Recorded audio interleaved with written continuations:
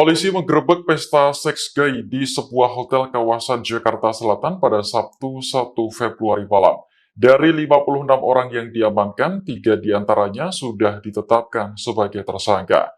Kabid Humas Polda Metro Jaya, Kombes Ade Ari menjelaskan, ketiga tersangka berinisial RH, RE, dan BP. RH dan RE berperan sebagai pihak yang membiayai penyewaan kamar hotel untuk pesta gay. Sementara BP bertanggung jawab atas perekrutan peserta. Ade menyebut penyelenggara tidak memungut biaya dari peserta alias gratis, sebab tujuan utama mereka adalah kepuasan dan kesenangan pribadi. Saat digerebek polisi, puluhan peserta menutupi wajahnya sambil menunduk. Dari 56 orang yang diamankan, 3 orang Download Tribun X sekarang, menghadirkan lokal menjadi Indonesia.